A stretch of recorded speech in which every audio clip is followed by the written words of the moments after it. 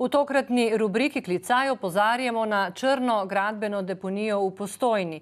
Nastala je ob obnovi starega mestnega jedra Majlonta. Mestno središče je zdaj urejeno, a po obnovi bi moral izvajalec del, cestno podjetje Koper, za seboj tudi počistiti začasno gradbeno deponijo. To pa se do danes še ni zgodilo. Najprej so v podjetju precej časa pridobivali okoljska dovoljenja. Lani novembra so jih vendarle pridobili, nato jim je, kot zatrjujejo v pisnem odgovoru, zagodlo vreme. Za odvoz gradbenega materiala, kot navajajo, morajo imeti idealne vremenske razmere.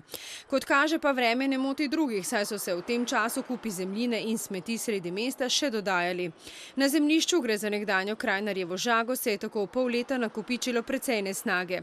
Na CPK-ju trdijo, da ni vse njihovo. Na občini se branijo, da je izvajalec dolžan počistiti za seboj. Oni pri tem nimajo nič, lahko jih le opozarjajo.